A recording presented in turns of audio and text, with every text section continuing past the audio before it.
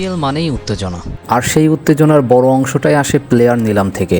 কারা সবচেয়ে দাম পেল, কে কোন দলে গেল, আর কোন ক্রিকেটারের উপর সবচেয়ে বেশি ভরসা রাখলো ফ্র্যাঞ্চাইজিগুলো। চলুন দেখি 2025 সালের আসরে সবচেয়ে দামি 5 জন ক্রিকেটার কারা। নম্বরে আছেন রাইলি রাসেল। রাসেল এমন একজন ব্যাটসম্যান যার শুরুটা ঠিক হলে বোলারদের সামনে আর কিছুই করার থাকে না। তার অ্যাগ্রেসিভ ব্যাটিং স্টাইলই তাকে 12 থেকে 15 লাখ টাকার এস্টিমেটেড ব্র্যাকেটে নিয়ে গেছে। 4 নম্বরে আছেন দাসুন সানাকা। সানাকা শেষের দিকে এসে খেলা ঘুরিয়ে দেওয়ার ক্ষমতা রাখে। লিডারশিপ প্লাস ফিনিশিং তাকে 15 থেকে 18 লাখ টাকার খেলোয়াড় বানিয়েছে।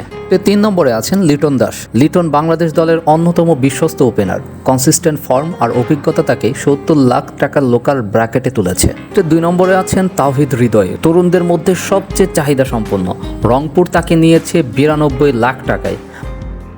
1 নম্বরে আছেন মোহাম্মদ নাইম শেখ। এই মৌসুমের সবচেয়ে দামি ক্রিকেটার। চট্টগ্রাম তাকে কিনেছে 1,10 লাখ টাকায়। তার ফর্ম প্লাস ফেয়ারলেস ব্যাটিংয়ের উপর পূর্ণ আস্থা রেখেছে চট্টগ্রাম দল।